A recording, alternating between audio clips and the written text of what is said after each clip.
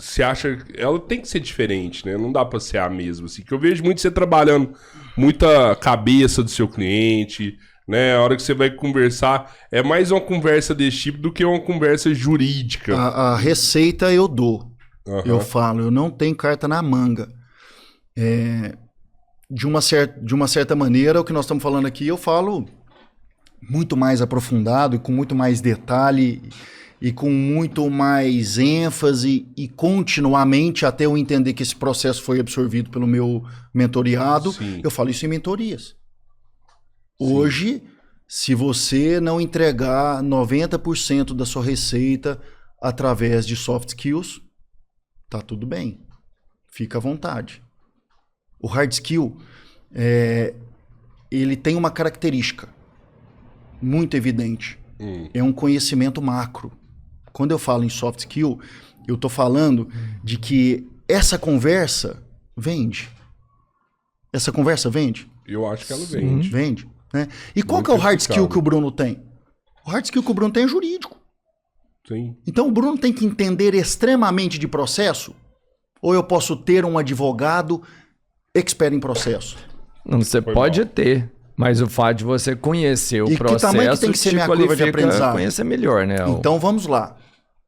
Eu tenho que, dentro do meu funil de vendas, e não vamos ficar hipócrita, falando que hoje as pessoas te procuram porque você já ficou conhecido, ou por isso, por aquilo. Eu tenho um lema que, se eu pudesse, eu colocava na camisa e abria todo dia. Eu saio de casa todo dia para arrumar um emprego novo. Esse é o ponto. A minha recorrência, ela depende dessa interação. Então, hoje, esse network,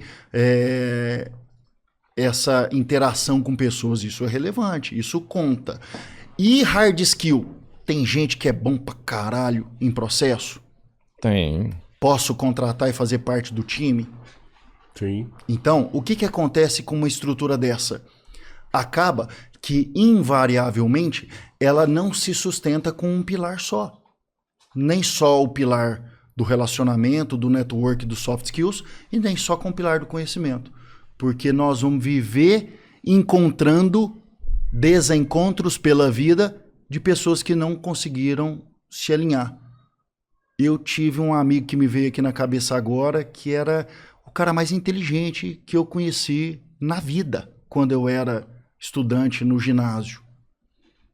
E depois que eu me formei advogado, eu vi esse cara caixa do Banco do Brasil. E eu não estou criticando a posição, mas eu fiz uma interpretação e um julgamento que aquela inteligência ia levar ele em patamares que ele ia trabalhar para a NASA.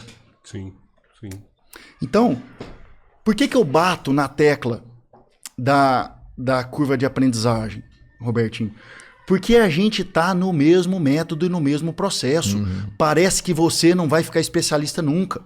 Enquanto, se você sentar comigo numa mentoria e se você fizer uma imersão com quem já passou por um processo de empreendedorismo e tem os frames do que fazer e do que não fazer, não é possível que você não consiga ganhar velocidade do seu negócio. Não é possível. Você acha que seu hard skill ele resolve qualquer problema jurídico que tiver no Brasil hoje? Não, eu acho que não tem nenhum problema jurídico que não seja solucionado. Se não for com o meu hard skill, eu sou uma pessoa que enxerga recursos de maneira ilimitada.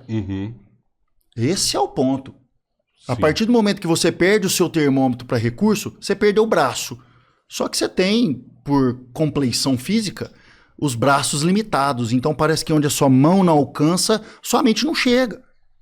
Então, obviamente, eu tenho uma estrutura jurídica, por exemplo, em Belo Horizonte. Porque os advogados de Belo Horizonte estão muito mais próximos aos desembargadores no tribunal. Sim. Eles estão vivendo aquela ambiência.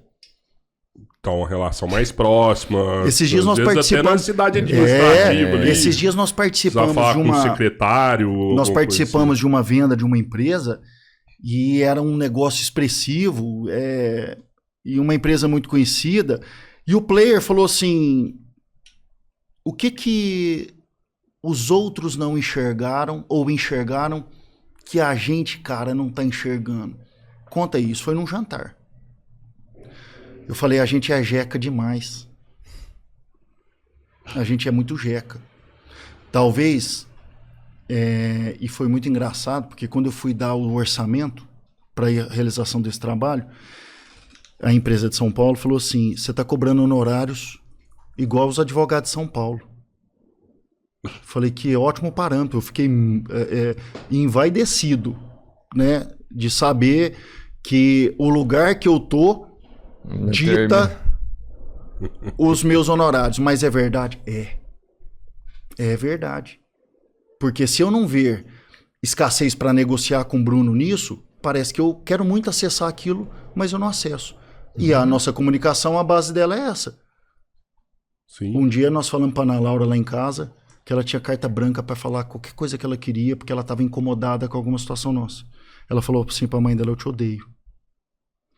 É claro que ela não odeia a mãe dela. Óbvio que não. A mãe dela ficou em crise. A Débora ficou chateada uns 3 dias, até ela entender... Precisou de terapia. Até ela entender que talvez ouvir com clareza e com intencionalidade é doloroso, é difícil.